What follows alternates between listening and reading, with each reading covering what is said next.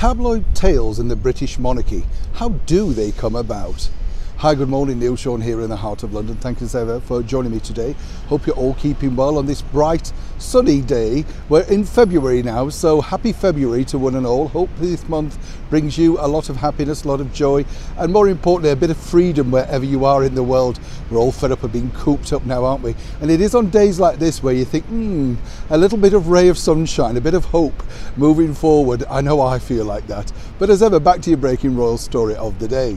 I don't know if you've noticed recently there's been a slew of tabloid revelations, not the ones that you think about with the ex-royal known as Prince Andrew, the Duke of York, but these salacious stories about the teddy bears, the curtains, the demands, the golf balls, that sort of stuff. A lot of people online have been asking me exactly, Neil, where do these sort of stories come from? Who decides what to put in the paper? And more importantly, how did they find them? So today I thought I would reveal with you exactly how the tabloids work with regards to someone in the former royal's shoes, as it were. I said to you before, it's interesting, isn't it, with His Royal Highness Prince Andrew, the Duke of York.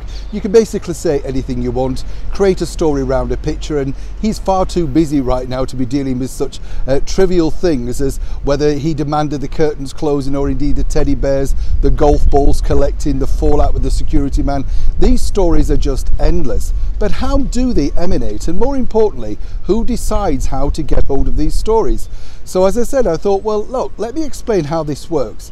I was recently contacted by a major tabloid in America and over here in the UK too, and they wanted to know about my dealings with His Royal Highness Prince Andrew. Now, I will be the first to say that he's spiky. There's no two ways about it.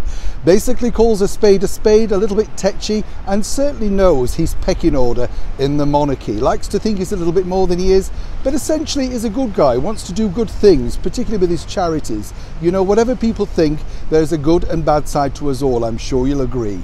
But what's interesting is that, this particular person was saying, well, did he say anything? Do you have any pictures of him looking angry? Were there any, and so they went on and on. And basically how a tabloid works in this situation is simply this.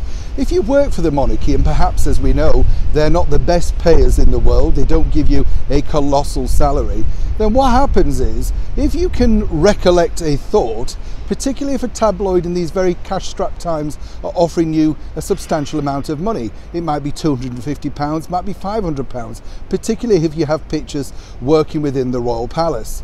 And that's really how the story gets into the paper. They know that somebody like Prince Andrew simply cannot take on every single story. He couldn't possibly take it on, he wouldn't have the time, and his lawyers simply wouldn't have the time. So that person gets a bit of money, a little bit of fame, and that story then goes around the world, thus giving the newspaper a free front page, a free picture for very little money, and hopefully a lot of clickbait for their online sites. And this can go on and on and on because, as I say, no member of the British monarchy will come out and say anything. It's simply not their way, as we know. Never explain, never complain, that sort of thing. So for Prince Andrew, you can look forward to lots more of these stories. But trust me, don't believe what you see and read. Anybody 25 years ago that remembers somebody being a bit tetchy about closing the curtains is a little bit, well, shall we say, shallow. And I think more importantly, I would say, does it really matter? If you've waited all those years, why now? Why decide to bring out that particular story now?